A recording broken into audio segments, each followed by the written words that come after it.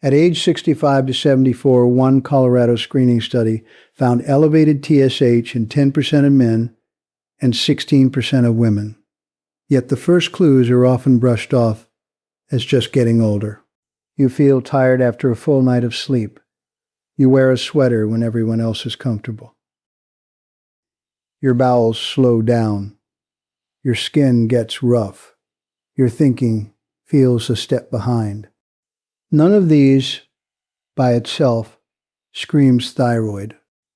That is exactly why an underactive thyroid can hide in plain sight after 50.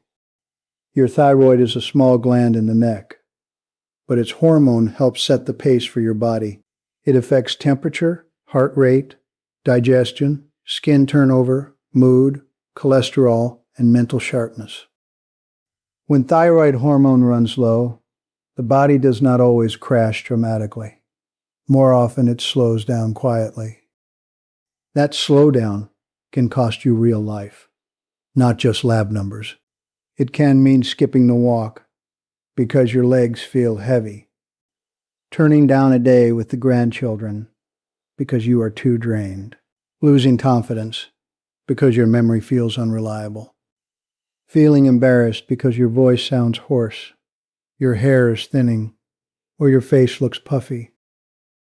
It can also show up as high cholesterol, which may increase concern about heart health. The tricky part is that older adults often do not show the textbook version clearly.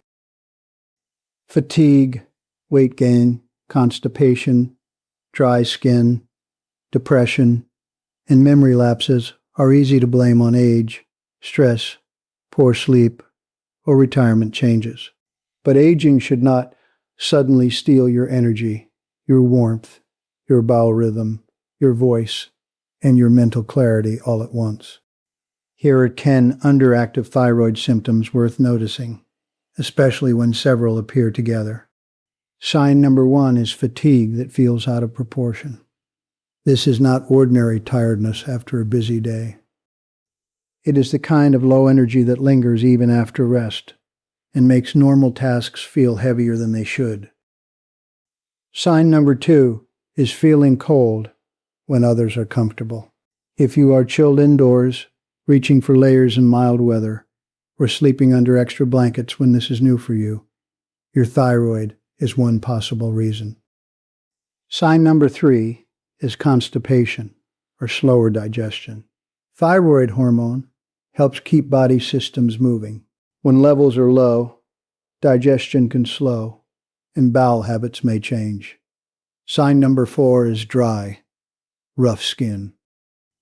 If your skin becomes unusually dry, coarse, or harder to keep comfortable, and it is not explained by weather, soaps, or bathing habits, include thyroid on the list. Sign number 5 is thinning hair. Major medical sources include coarse or thinning hair as a hypothyroid symptom.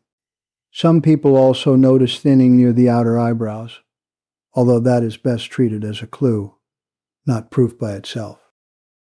Sign number 6 is a hoarse or deeper voice.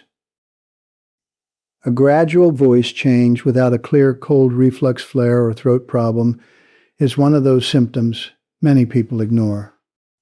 Sign number 7 is a slower than usual pulse. Hypothyroidism can slow the heart rate. If you track your resting pulse and it is newly lower for you, especially with dizziness, fainting, chest symptoms, or worse exercise tolerance, that deserves prompt medical attention. Sign number 8 is brain fog, slower thinking, low mood, or memory complaints. In older adults, low thyroid can overlap with depression or nervous system concerns. Do not assume every change in thinking is permanent aging. Sign number 9 is unexplained weight gain or puffiness. It may not be dramatic. Sometimes the scale barely changes, but the face looks puffier, rings feel tighter, or clothes fit differently. Sign number 10 is unexpected high cholesterol, especially LDL or total cholesterol. For some people, a cholesterol change is the clue that finally leads to thyroid testing. Now, symptoms are not a diagnosis, and in older adults, an abnormal TSH does not automatically mean you need treatment. TSH can shift with age, and labs need context.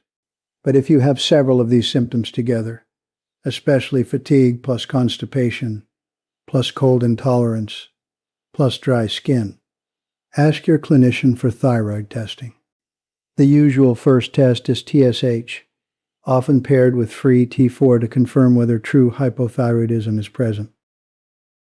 This is especially important if you are a woman over 60, have a family history of thyroid disease, have an autoimmune condition such as type 1 diabetes, celiac disease, Sjogren's syndrome, or pernicious anemia, have had thyroid surgery or radiation to the neck, or take medications such as amiodarone or lithium. The most common cause in iodine-sufficient countries like the United States is Hashimoto's disease, where the immune system gradually attacks the thyroid. Here is the encouraging part. You are not helpless while you are figuring this out. Food cannot reliably fix true overt hypothyroidism by itself, and it should not replace medical testing when symptoms are present. But food can help you avoid nutrient gaps, protect your heart, support bowel function, preserve muscle, and avoid common mistakes that can make thyroid problems worse. Start with iodine, but think balance, not megadoses. Iodine is a raw material your thyroid uses to make thyroid hormone. Adults need 150 micrograms a day. You can get iodine from normal foods, such as cod, tuna, shrimp, milk, yogurt, cheese, eggs, and iodized salt, if salt is allowed for you medically. A simple breakfast of eggs with plain Greek yogurt, or a dinner with cod or shrimp, can help cover the basics without turning iodine into a supplement experiment. The warning is just as important. More iodine is not always better. In people susceptible to autoimmune thyroid disease, too much iodine can worsen hypothyroidism.